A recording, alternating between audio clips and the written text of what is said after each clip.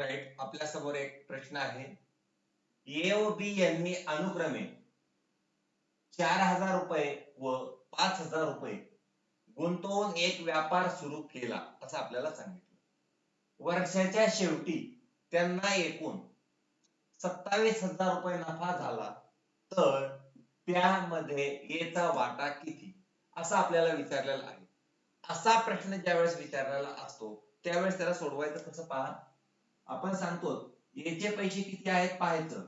ए चे पैसे किती होते 4,000, जशाला तसं 40 400 4,000 लिहा.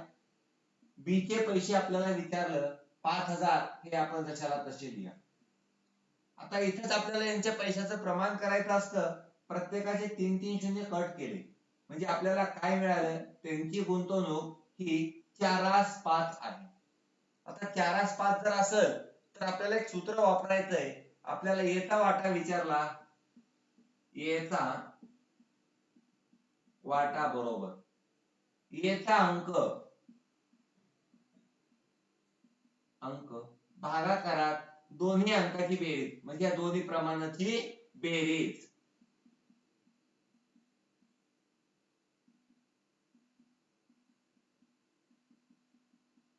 गुणविले एकूण नफा असं आपल्याला करायचं. आता ए चा अंक किती आहे आपल्याला सांगितलेला 4. आपण 4 कशाला तसं लिहिलं. दोन्ही अंकाची बेरीज 5 आणि 4 9 या जागेवर आपण लिहिलं. एकूण नफा किती सांगितलं आपल्याला 27,000 या ठिकाणी. आता आपल्याला सोडवायचंय. 9 1 9 9 18 9 त्रिक 27 या ठिकाणी आपण सांगितलं 4 त्रिक 12 आणि हे 3 शून्य दशाला तसे हे आपलं उत्तर आलं 12,000 रुपये.